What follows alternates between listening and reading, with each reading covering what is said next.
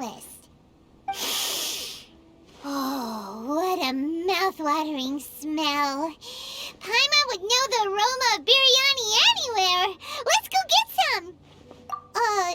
We can still add it to the list. Well, if it isn't the Traveler and Paimon. Wasn't expecting to see you here. Hello there. Oh, it's been quite a while. Huh. So you two are still hanging out together. Dia, didn't you say last time that you were gonna head back to the desert?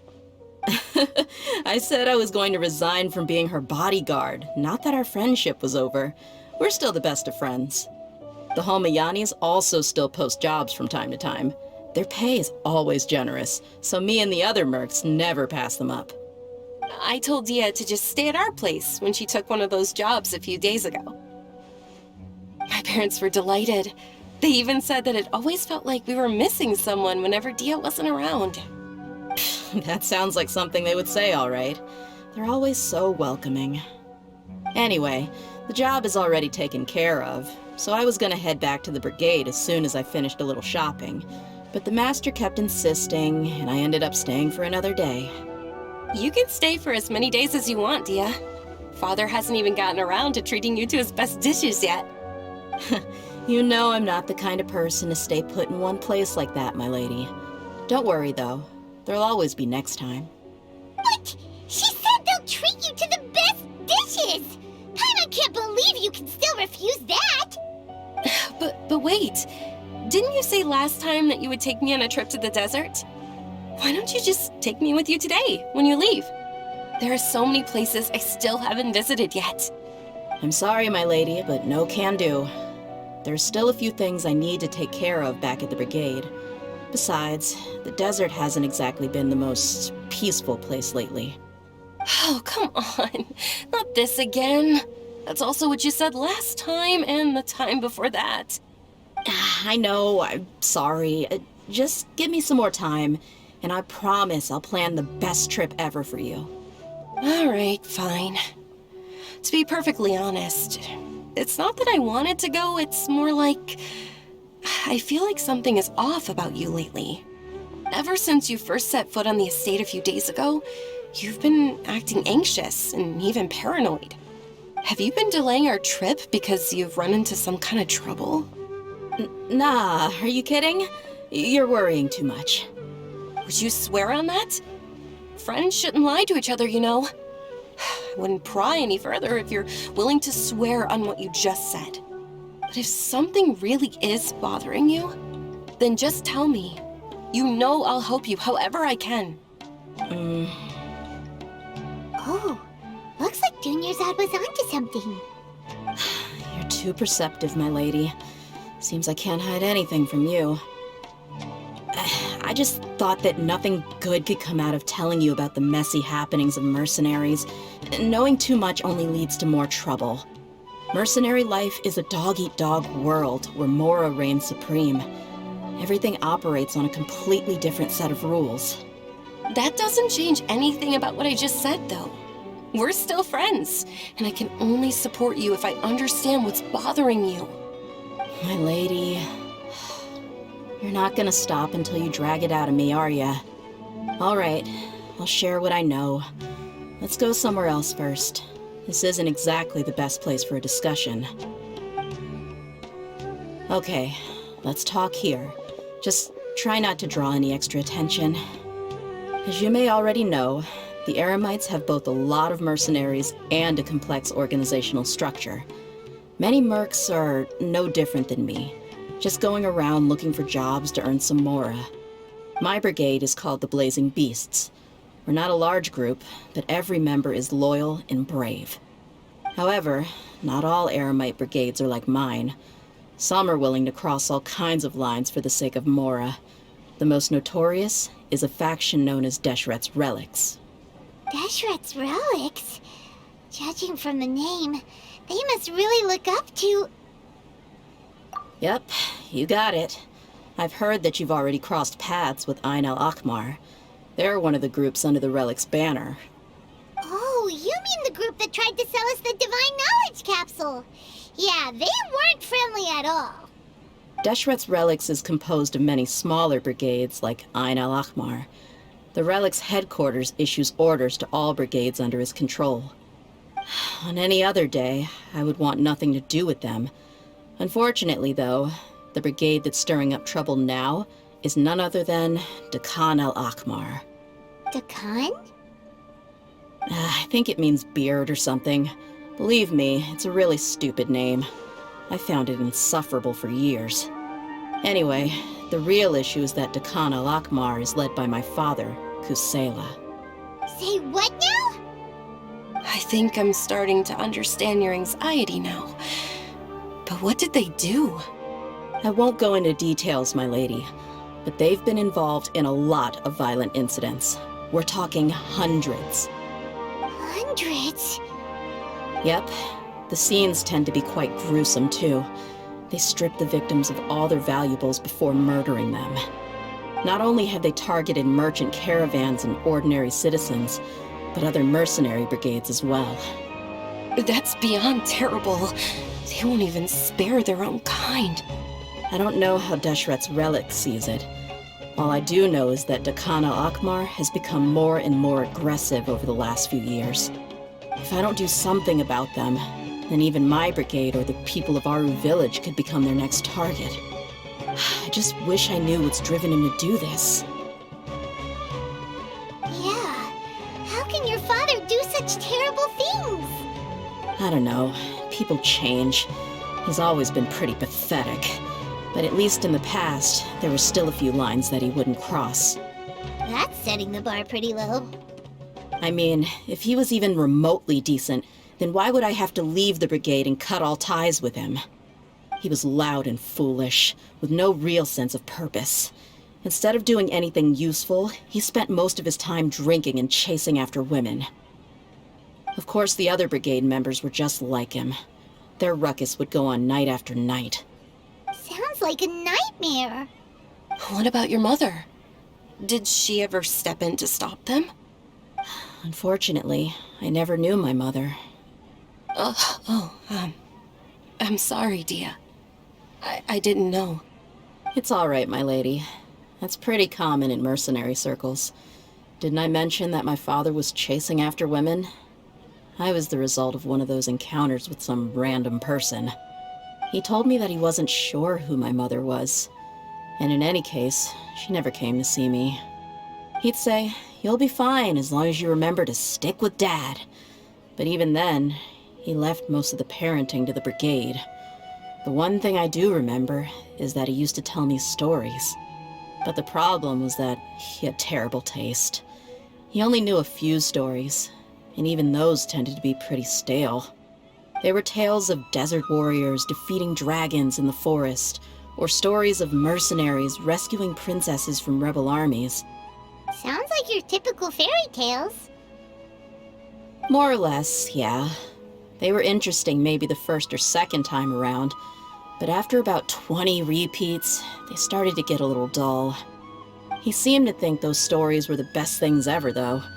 He was so into them that he'd call the whole brigade over and make them perform the whole thing as a play.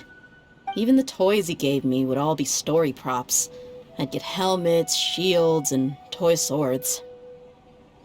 It was only much later when I realized that the shows were more for him than they ever were for me. What an interesting guy. Yeah, I've always found him pretty childish, but that was something I could just shrug off. I had no reason to despise him. Until I grew up and learned the true face of Deshret's Relics for myself. Looting, blackmail, violence, and fraud. They not only accepted such heinous acts, they would even openly boast about them. No one in the brigade was any kind of hero. Instead, my father and his cronies were more like the bad guys that needed to be taken down. Did they really think that as long as they didn't do any of that stuff right in front of me, I would never know? I think I can understand your feelings. The difference between perception and reality must have hit hard. Yeah, but don't worry, my lady. It's all water under the bridge to me now.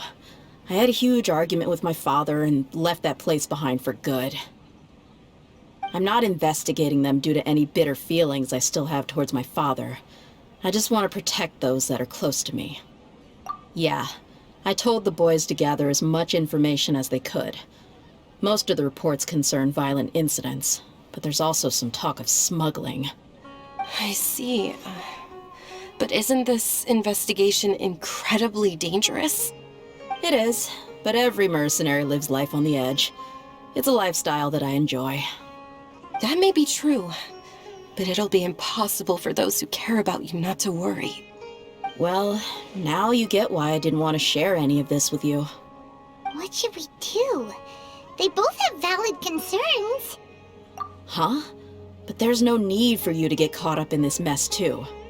Well, he's super tough, so if he went into the desert with you, then Paimon bets the problem will be solved in no time.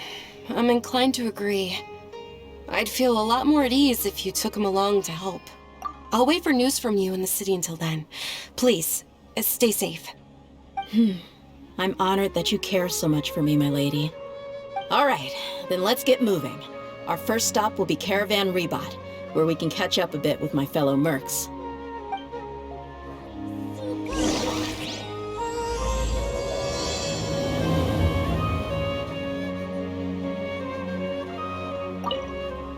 Please be careful. I'll stay in the city and wait for news from you. Just don't do anything reckless, all right?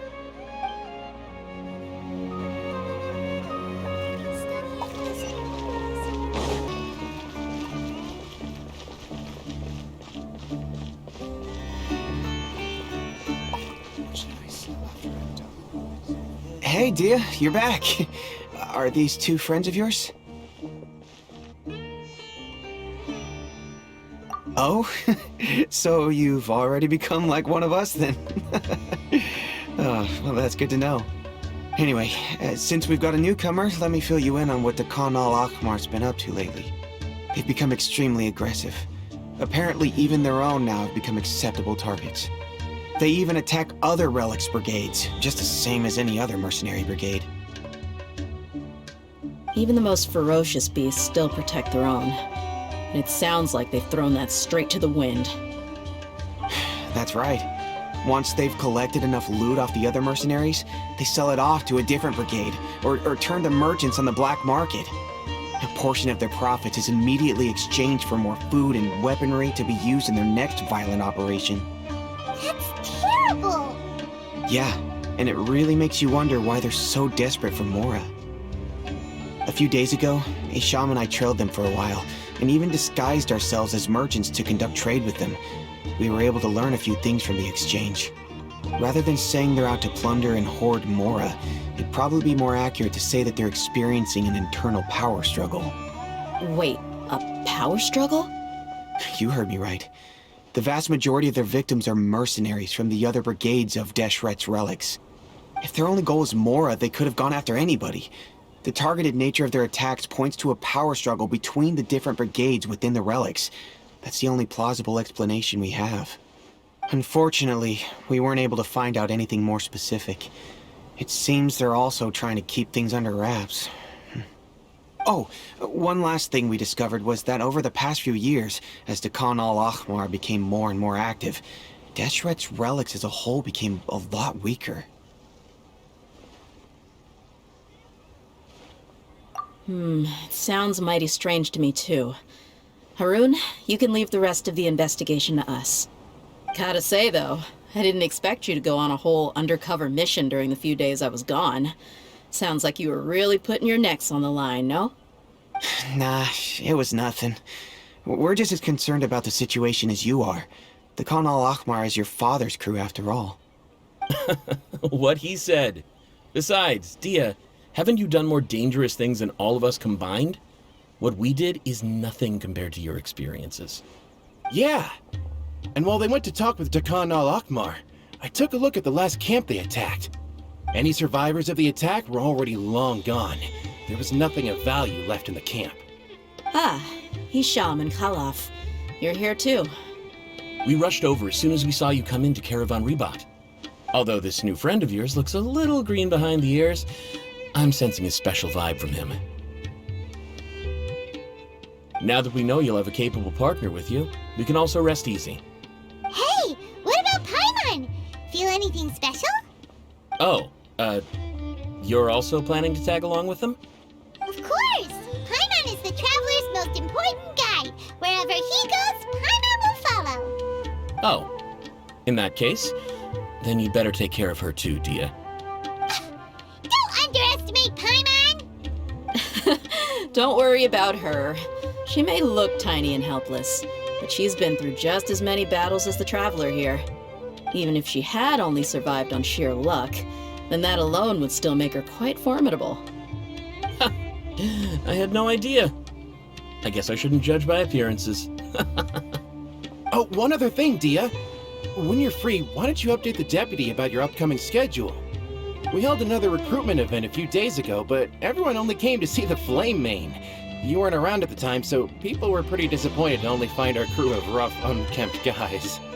The deputy put a lot of effort into the event, but it was basically for nothing. Only a few people chose to stay, and that really got to him. Sorry to hear that. I'll be sure to bring him some great liquor next time. I left in a hurry and I couldn't make it back in time for the event. Gotta admit, I can understand their disappointment, though. You're our brigade's main selling point, after all. Now, if only the deputy could figure out a way to bring a few more smoking hot members into our ranks. Keep dreaming.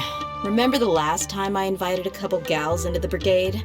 You all just froze up with your mouths gaping like a bunch of scarecrows.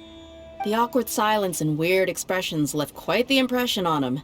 They were originally interested in joining us, but after that, they both told me they were too uncomfortable to stick around. Hey, didn't we agree to never bring that up again? Huh?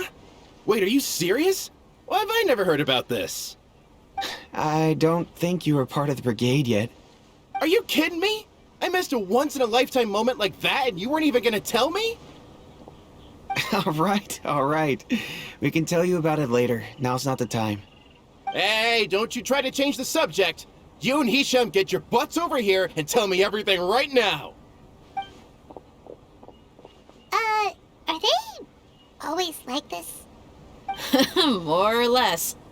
There aren't many rules or graces when it comes to mercenaries. We're used to just speaking our minds. If someone starts getting under your skin, you just yell right back at them. And if that doesn't put an end to it, then you just challenge them to a fight.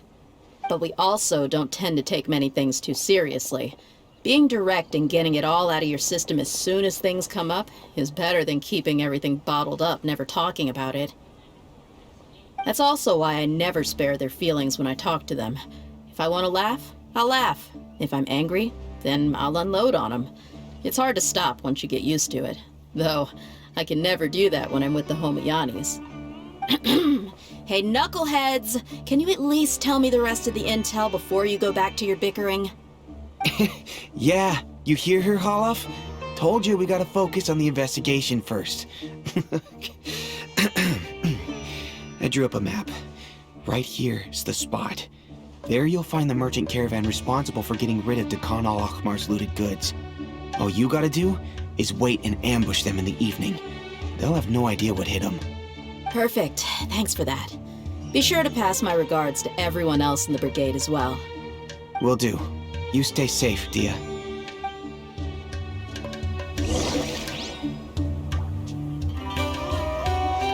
Now, like I said, the two ladies Dia brought with her were also like super mercs. I'm talking same level as Flame Main here. Oh, you should have seen it. The aura of the two of them when they were standing together, it was incredible. I was just at a loss for words, that's all. Oh, so pathetic. Hey! Shut up!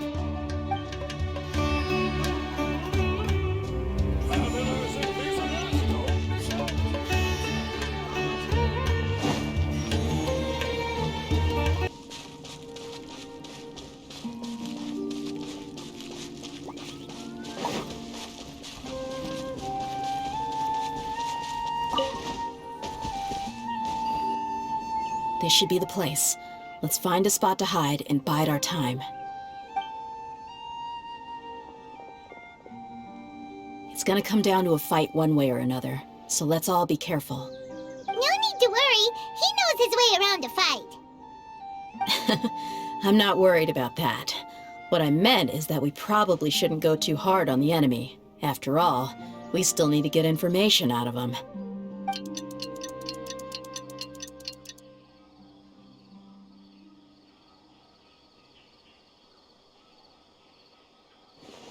Ah, here they come. You ready?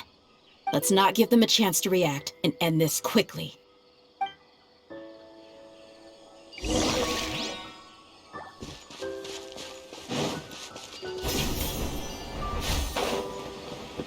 That's close enough. Feeling lucky today?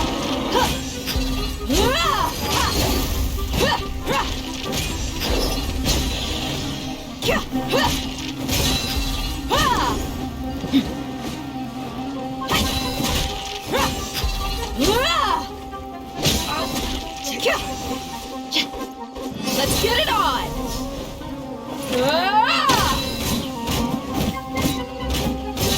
No more tricks up the sleeve. I'll be back.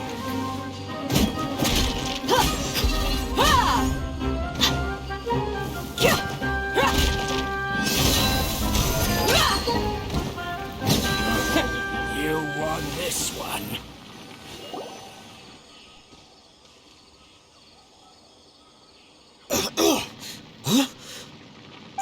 You're the Flame Bane. Good. That saves me an introduction. All right, time for a little talk. Are you buddies with Dakana Lakmar now? Tell me, what are they after? You know the code of being a mercenary just like everyone else. The first rule is to never divulge key information about our employer. What makes you think I'd talk? That might have worked on an amateur, but I know you're just looking to protect your reputation. Think about it, though. What's your reputation worth if you won't have the other tools you need to succeed in this line of work? Tools like, I don't know, your limbs or eyes? You've got 5 seconds. You might want to think twice about how much your employer's information is worth to you. Whoa! I'm not joking around. We can do this the easy way or the painful way. 2 seconds! I'll save you the trouble.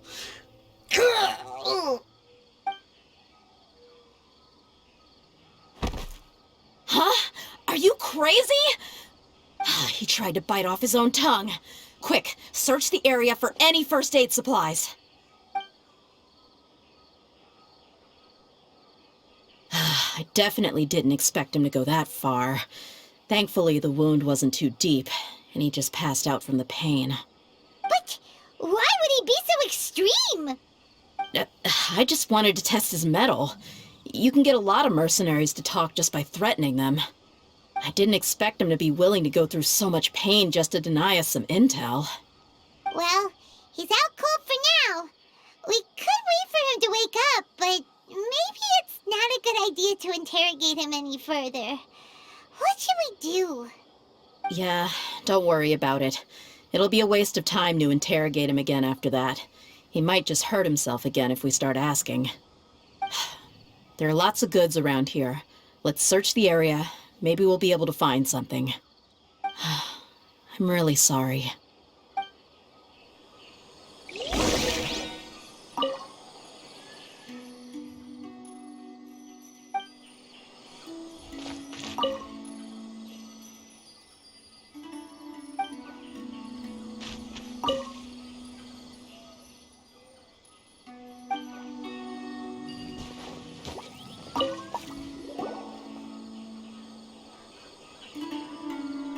We found a piece of paper with a bunch of names on it. Maybe it's a record of something. Let me take a look. If this really is a merchant caravan, they should have a record of their transactions. Yep. I see an entry for Dakana Lakmar right here. Kusela, Idrisi, Bashar, and Tikriti. All familiar names. Dakana Lakmar has been trading for a hefty supply of food, weapons, and medicine. It seems that in the past, they used to receive some canned knowledge as well. This caravan is just one link in their logistics chain. Once in the rainforest, the caravan will exchange the looted goods for Mora, and the funds will then be passed to a specific person. That person will then pack the caravan full of necessary goods, which will then be brought right back to Dakan al-Akmar. Wait, why is there no Mora value recorded for the final transaction? No value? Yeah, every transaction before the last one was marked with an exact amount of Mora, but the final one, where they paid for everything to be brought back to the desert, was simply marked as delivered. Perhaps, but they couldn't have known how much they would make off selling the loot. Do they not care about profit margins at all? Anyway, the next part's the records of the goods themselves. There are a lot of entries. Everything was probably sourced from the rainforest. Huh? What's wrong? Shazamon Homayani? Homayani? You mean Dunyarzad's family? Could it just be another family with the same last name? I'd be surprised to find someone with the exact same first and last name. Shazamon Homayani is Dunyarzad's father, and the head of the Homayani family. Just what the heck is going on here? I'm sorry, you're right. I'll consider what we found and not jump to conclusions just yet. But what this piece of paper confirms is that the Homayani family has been providing goods to Dakan al-Akmar. What if the Homayanis have been kept in the dark and don't know they've been trading with Dakan al-Akmar? That's a possibility, but if that was the case, why is this caravan specifically named Shazamon as their person of contact? They could have just as easily bought goods such as food and medicine directly from Caravan Ribat or Port Ormos. Yeah, funding violence and looting. The brigade gets the goods, and he is paid the proceeds from the sale of the loot. But why would he do something like this? It's not like the Homayanis are in need of money. I honestly have no idea. I've been to their estate many times, and I've never noticed anything suspicious. The only potentially large expenditure I could think of would be the treatment costs for Dunyarzad's Elazar. Maybe they borrowed a lot of Mora in the past? But that's still just a speculation. I don't think the Master would stoop so low to make Mora. You're probably right. I know my lady's personality, and she wouldn't deliberately keep something like this from us. But what should we do now? All we found is just another mystery. If you ask me, we already have no choice but to confront her about this. I'm not worried. It's too early to make a verdict yet. I still have faith in the Homayanis. Let's go find my lady again. We'll tell her everything and see if she's willing to lend us her support. If we're lucky, we can not only figure out the mystery of this paper, but also follow the trail of breadcrumbs to the people responsible at Dakan al-Akmar. Dia, are you sure this is the best decision? What if instead of getting the help we need, we just end up revealing everything we've discovered to the enemy? I've considered that possibility, but even still, I want to tell her what we found. I think I owe her that much. True friendship is built on trust. She showed genuine concern for me when we first brought up the topic. I can't repay her kindness with doubt and suspicion. That's not how I deal with people. You're right. Paimon wants to trust Dunyarzad too. Yeah. Let's pay another visit to Sumeru City.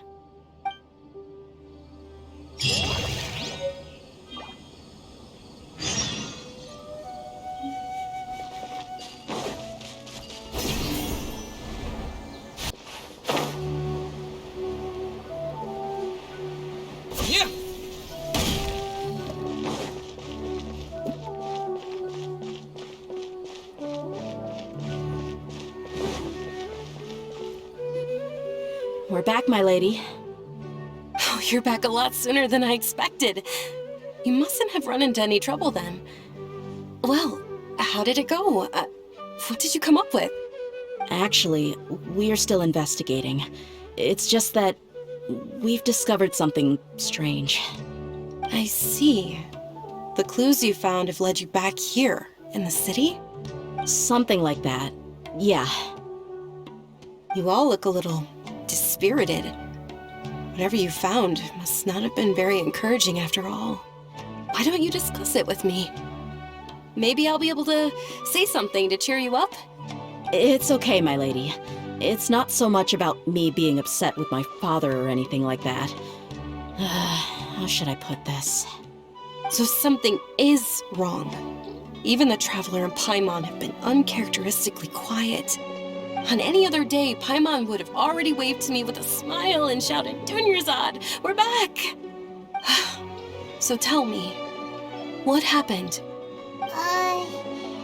Well? My lady, please prepare yourself for what we're going to tell you next. It concerns the Master. The Master? You mean my father? Okay, I understand. Don't worry about me. I'll listen as attentively as I can. My father has been supplying goods to Dakan al-Akmar? Yeah, it makes as little sense to us as it does to you. I've never doubted the Master's integrity, so I'm having a real hard time rationalizing how he could ever support an infamous brigade like them. Maybe he's not actually aware of the full story and just stumbled into the deal by accident. I can't help but agree with the Traveler. Huh? You mean you feel the same way, Dunyarzad? Thank you for sharing all this information with me. Since you've told me everything you know, I should also tell you about some doubts that I've been harboring for quite a while. In the past, I thought that my father hired a bodyguard for me so that I wouldn't run away and get lost. However, there are plenty of capable mercenaries in the Corps of 30. Why did my father go out of his way to hire Dia? About that. Well, the Homayanis really needed bodyguards, so they reached out to the Blazing Beasts. Later, the Master told me that I was one of the best mercenaries he'd ever seen, and that I should stick around to become one of his bodyguards. He offered me a pile of mora, so I just signed on. Well, but that didn't really answer my question. Just think about it. Why did my father specifically reach out to the Blazing Beasts? Maybe the Corps of 30 just didn't have anyone available, or maybe someone recommended us. I've never given it too much thought. I think I get what you're saying. You think none of this was a coincidence. Precisely. At first glance, nothing seems strange or out of place. But there are many parts of the story that don't actually make any sense. If my father had always been in contact with Dakan al-Akmar, then it would make sense for him to bring Dia into our house. You mean the goal all along was to get Dia to be your bodyguard? No, that's too much of a stretch. I cut all ties with my father a long time ago. He has no control over my life anymore. But that still doesn't rule out the possibility that your father has still been trying to influence your life without you knowing. So, the Master was not likely an innocent victim in all of this? Sorry we put all this on you so suddenly, Dunyarzad. It's okay, Paimon. I should actually be thanking you. Regardless of his reasons, if my father has truly been funding a violent group of mercenaries, then it's my duty to bring him back to reason. But is that really the right thing to do? My father has committed many atrocities and deserves all the punishment that he has coming to him. I have zero sympathy for him. You may call me an ungrateful child, but my feelings will remain the same. However, the Homayani family has treated me with nothing but generosity and kindness. If we decide to investigate this further, we could end up implicating the entire Homayani family. I would be biting the hand that's fed me over all these years. Dia. It's all right, Dia. If anyone were to ask, you could always just say that I'm the one who instructed you to get to the bottom of this. You don't have to do that, my lady. I'm not conflicted because I'm afraid of taking responsibility. Besides, you're the one we should all be worried about right now. Hey, it's still too early to give up hope. What was the thing about friendship again? Right, yeah, trust. You said that yourself, Dia. Besides, there's no point on getting all riled up Thank you, everyone. That makes a lot of sense. I guess I should always remember the trust that I've placed in people. In which case, my lady, could you ask the Master to come out and have a chat with us? Sure thing. I also hope he'll be able to give us a logical explanation. Let's meet at the usual place then. Usual place? Ah, right!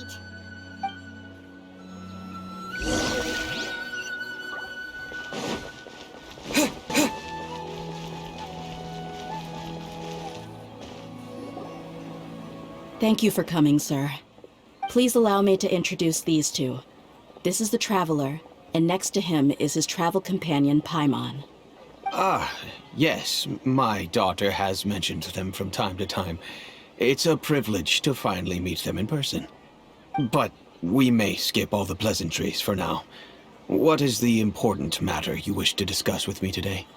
Well, we wanted to bring this transaction record to your attention.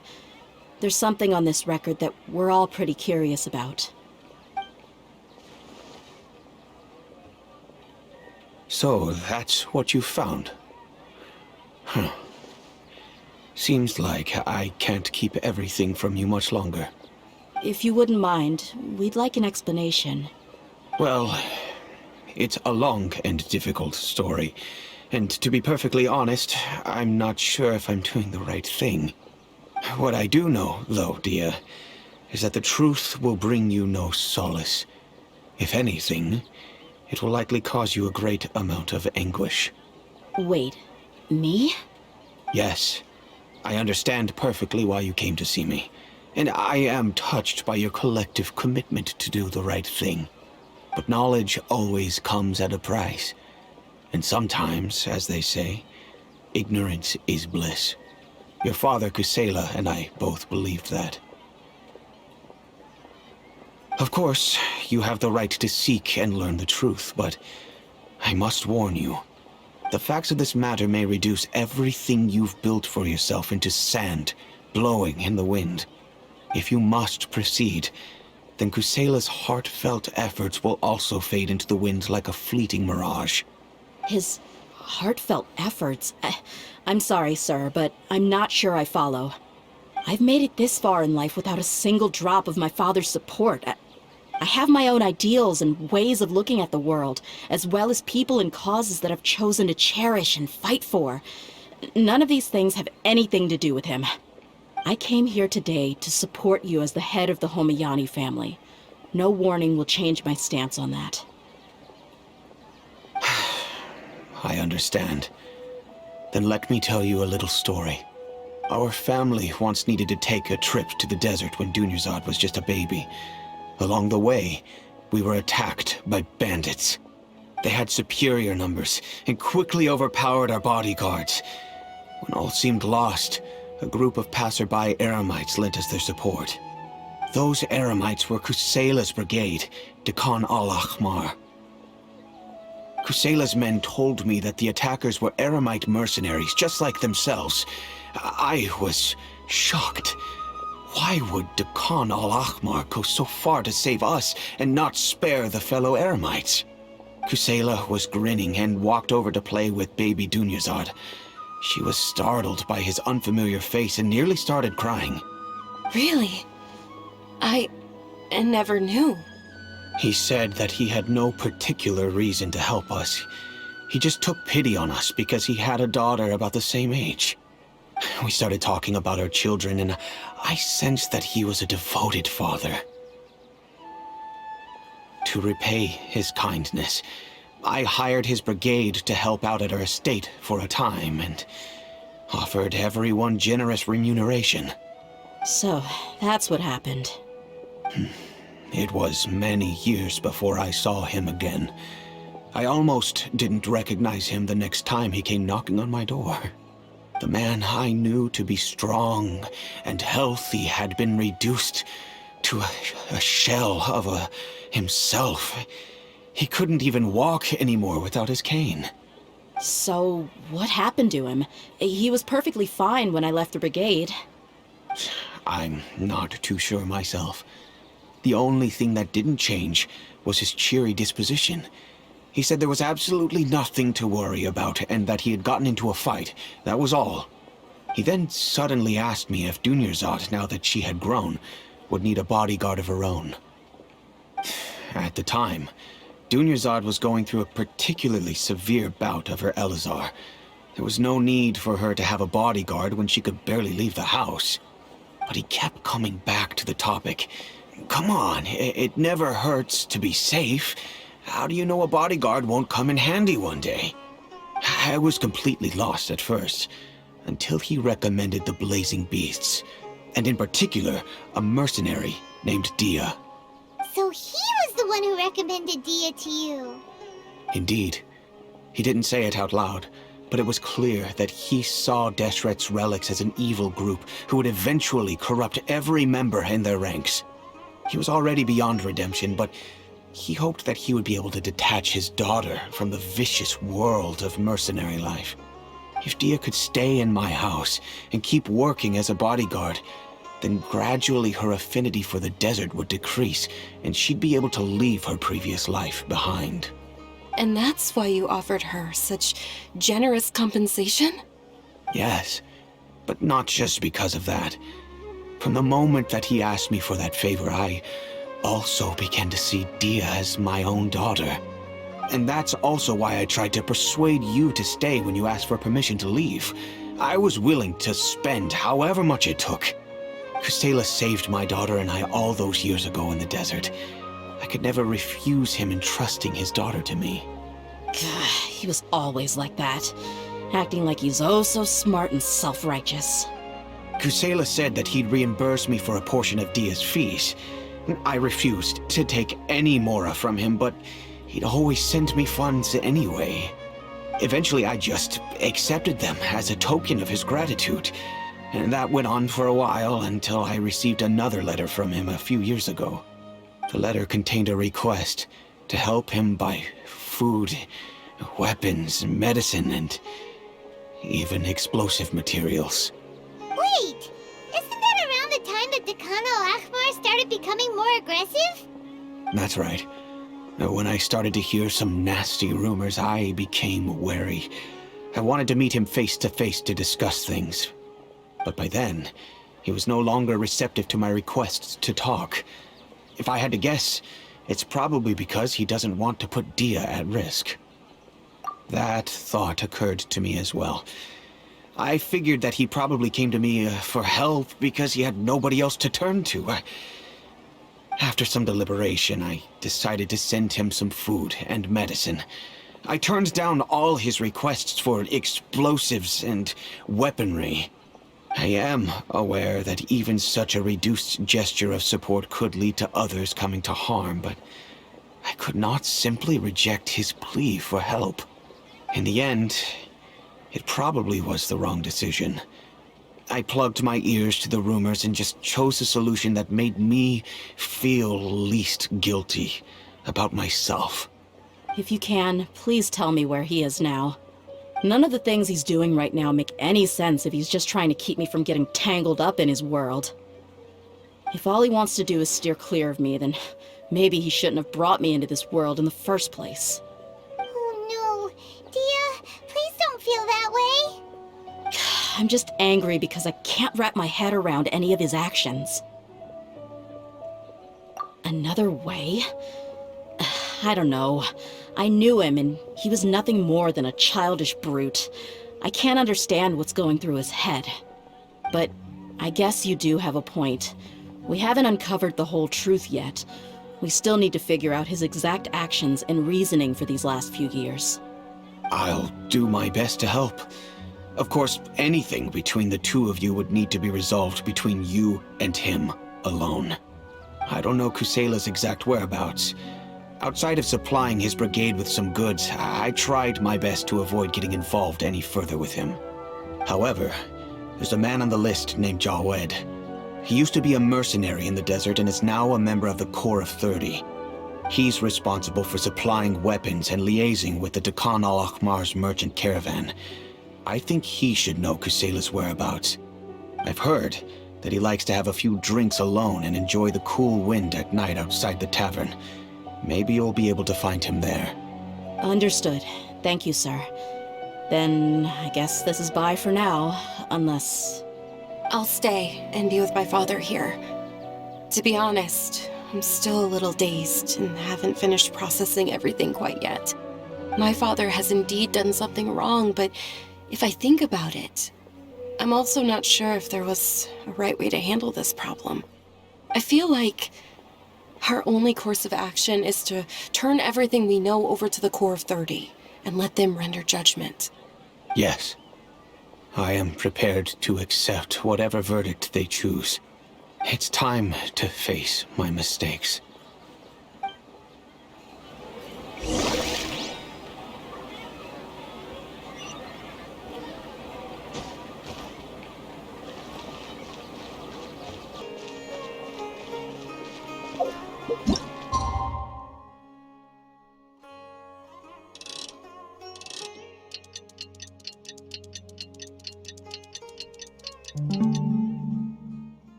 Huh? Who are you guys? I know what you've been up to. Smuggling weapons to violent brigades in the desert while working for the Corps? Pretty bold, if you ask me. Shh! Keep your voice down. How do you know all that? Come with me. We should take this elsewhere. I'll be happy to talk things over once we're somewhere private.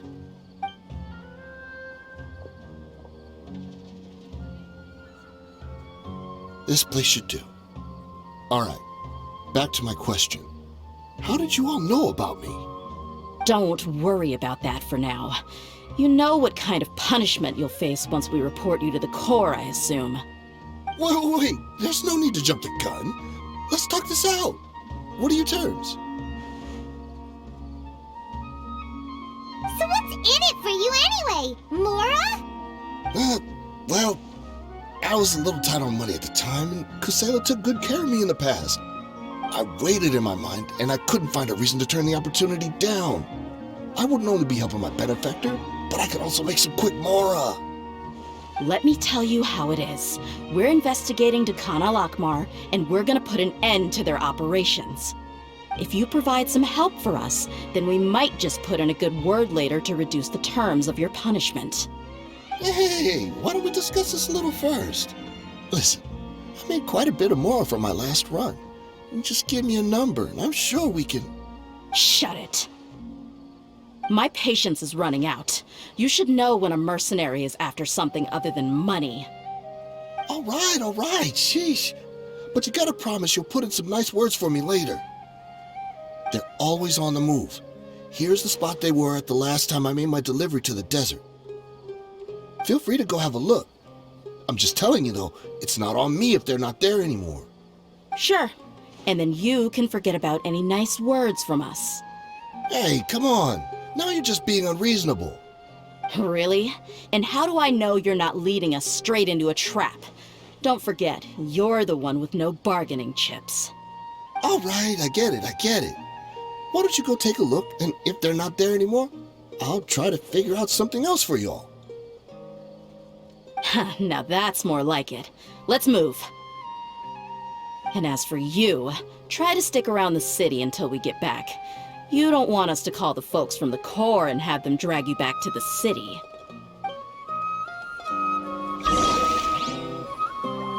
Oh, don't worry.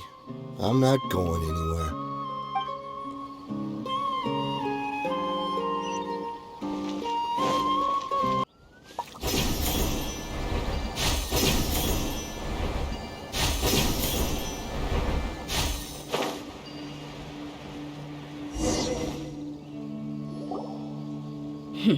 Seems like we're in luck. That should be their camp right up ahead. Let's go. We'll finally get to the bottom of this ourselves. I'm here to see Kusela. Tell him to get out here.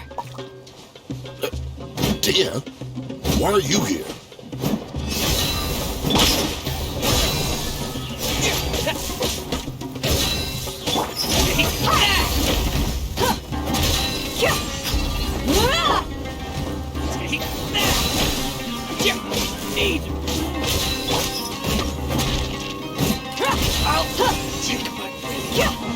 Buckle up!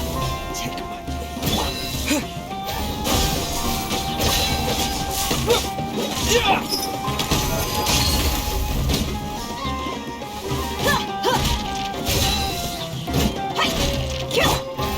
Haven't you all done enough? Oh, so are you also here to stop us? Stay out of this. It's got nothing to do with you.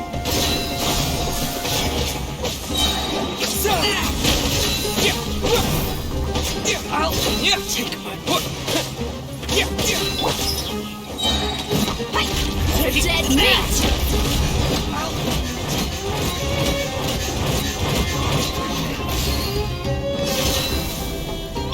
Scatter! Oh, she's so strong. Enough fighting. We all know each other, and I don't want to take things too far.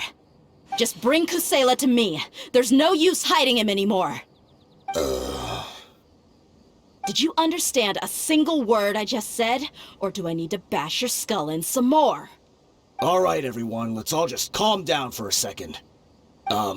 Dia, the boss can't come out and see you anymore. He died a long time ago. What? Seems like you've been out of the loop for a while. Guess that's for the best, though. At least, that's what the old man wanted. When did he die? What happened to him? A few years ago, Kusela broke up Dakan al-Ahmar and went to the Deshret's Relics headquarters by himself. So is that when you guys started acting up? We would prefer to call it taking revenge. Every last person in Deshret's Relics must pay in blood for what they did. Let me start from the beginning. Dia, do you know how the head of the Relics maintained order internally? Overwhelming strength and unquestionable authority? Those were a part of it, yes. But just those on their own weren't enough. They had another tool at their disposal. They called it a person's record. Regardless of whether they joined by their own will or were coerced, every person in Deshret's Relics were forced to leave a record of themselves at headquarters. Whether it be their deepest sin, some unforgivable act, or their most immoral exploit, the record served both as a symbol of loyalty and the perfect material for blackmail. That's precisely it. Every one of us have a record. Me, Bashar, Tikriti, and all the boys who grew up with Dia and ended up joining our ranks.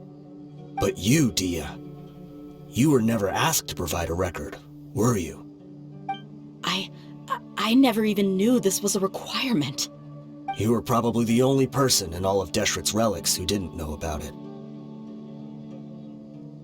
Ever since you were born, Boss had been trying to shield you from this organization's sinister rules. Not only that, but he also banned all of us from committing any nefarious acts. He said he'd take care of the dues we had to pay regularly to headquarters. But in the end, he was just an ordinary person. What could he do? He was forced to go to headquarters again and again to account for missed dues and incomplete records. He'd come up with all kinds of excuses and get beaten up as a result. We all knew he was doing that for you. He wanted to get you out of this world, no matter what it took. And that's why he became a shell of himself and couldn't walk without a cane. Wait, but that doesn't make any sense. I didn't know about any of this, and I'd never seen him get injured or beaten. Because you were too young at the time. How would you ever tell between wounds from a beating and wounds from battle? When you left home after that final argument with him, he seemed to age by a decade overnight. Even his hair went gray. So, even the blazing beasts were... Yep. It was all his doing. Had he not arranged them to come to you, you probably would have been reduced to a pulp before you ever left the desert. A few years ago, Boss said he needed to make another trip to headquarters. He was already pretty weak then, and we all assumed he was going to get beaten again. I suggested that he hand the role of leadership over to me, but he said there was no longer any need, since the Khan al-Ahmar would soon be no more. His words made no sense to me, but that night, we heard that a massive fire tore through headquarters and razed everyone's records to ash. Everyone gained their freedom that night. Many members fled, not just from our ranks, but from the other brigades as well. But how could we leave with a clear conscience? All of us who knew exactly what had happened. The boss can't have just died for nothing. Those heartless jerks at headquarters took him from us. From that point on, the sole purpose of Dakan al-Ahmar became revenge. The big fire that boss started was quite a blow to headquarters' strength. It's given us the opportunity to launch our attack. Even though we're outnumbered, we vowed to see our revenge through to the very end. There were people from headquarters who changed their names and went into hiding. Some fled to other brigades, and others escaped to the rainforest. But we won't let any of them escape our wrath. They'll all pay for what they've done. We've suffered plenty of losses as well. To keep going, we need an enormous amount of supplies, from food and medicine to weaponry and explosives. All we can do is exchange our loot from Mora, and then use that to get supplies. We forged Boss's handwriting and sent out many letters to his former friends. Thankfully, many people were willing to come to our aid. We were also able to attract many mercenaries who shared our goal. We've endured unspeakable pain to win many impossible battles. Deshret's relics have become weaker and weaker, and now we finally have an opportunity to directly strike their headquarters. Paimon doesn't know what to say anymore.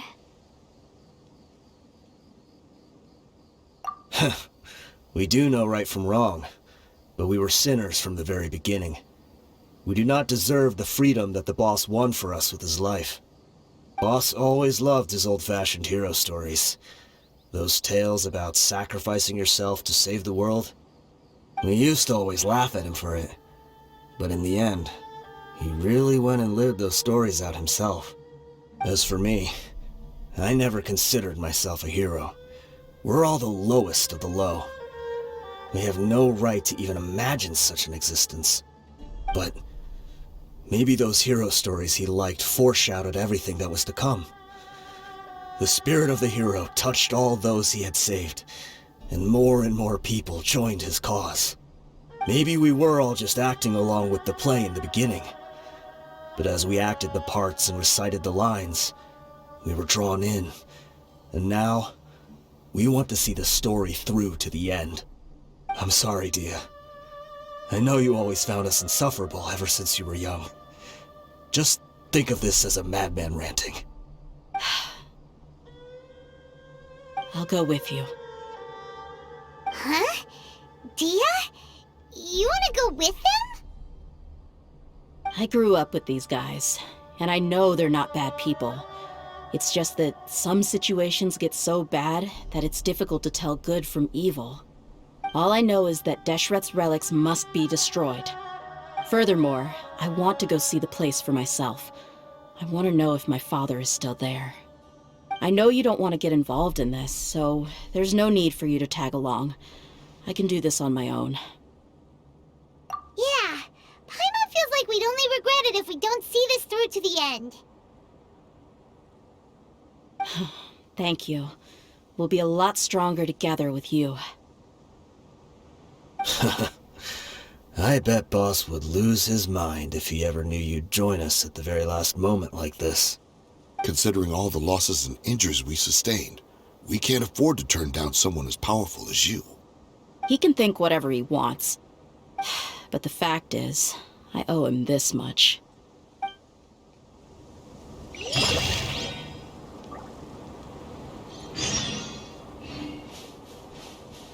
I guess it all comes down to this. What a bummer. I just had to get injured now, right before the final fight. Be sure to punch one of them for me, huh?